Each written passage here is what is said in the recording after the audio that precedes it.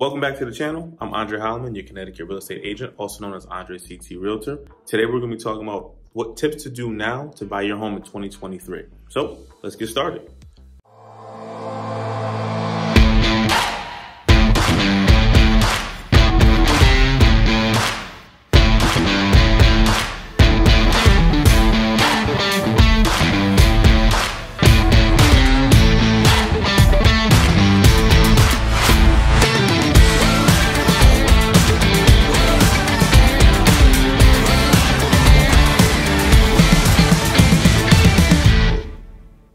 As 2022 is starting to come to a close, people are starting to prepare themselves for the holidays.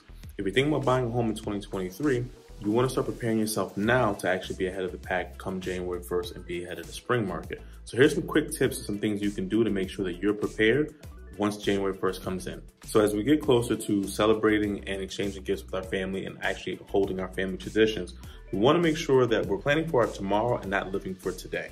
A CNBC article references that just about 1 out of every 3 shoppers will go over budget on gifts, totaling about $1,250 on average. And of those buyers, nearly 40% of them use some form of a buy now, pay later method. This is important because most people spend the first part of the year getting their balances paid off or back to a manageable level. If home ownership is on your goal list for next year, then establish a cash budget. I'm not a financial advisor, but gurus like Dave Ramsey lay out a better plan of managing your expenses than I could.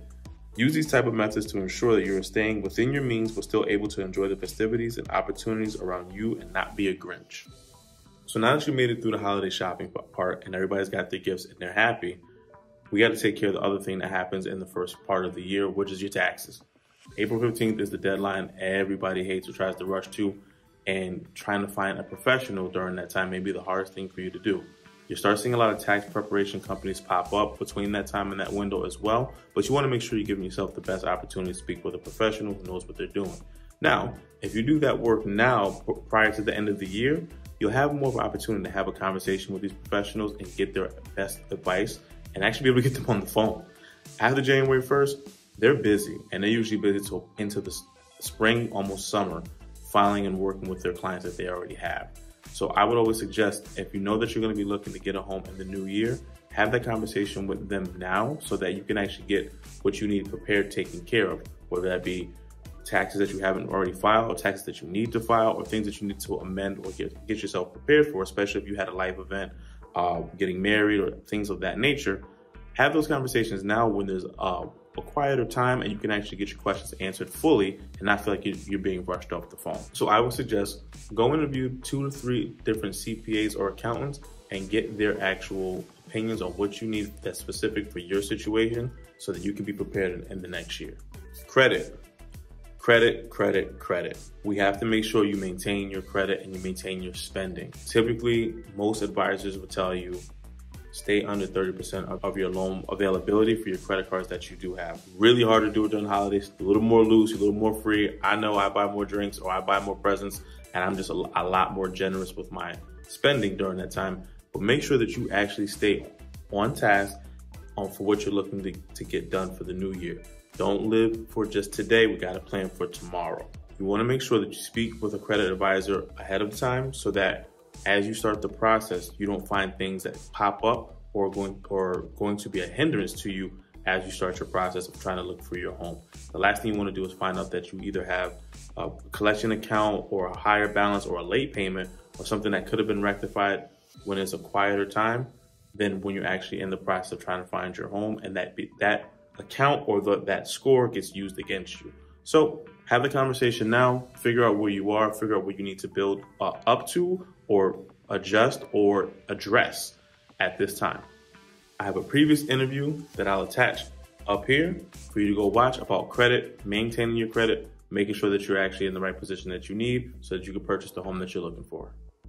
Also maintain and manage your savings. Figure out how much cash you have on hand, how much do you actually need, what is your goal, because having cash reserves and having that nest egg set aside for you, especially during the holiday time, will make sure that you stay diligent and disciplined when you have opportunities to splurge a little bit. But make sure you stay on point for your goal. Think about what is it that you're going to need when you actually start the process in the next year. Once again, I'm not a financial advisor, so I'm not going to tell you how to create your budget or what you should do in your budget or what should even be in your budget.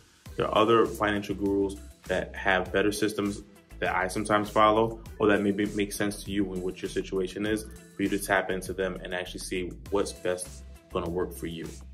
So in conclusion, those are 4 quick things that you can take advantage of now and actually address prior to going into the new year, so that as the spring market or whenever you're actually ready to start the process of buying your home or investing in your home, those things are already taken care of, so you can actually be one of the first buyers into the market and be able to take advantage of whatever's happening in the market at that time.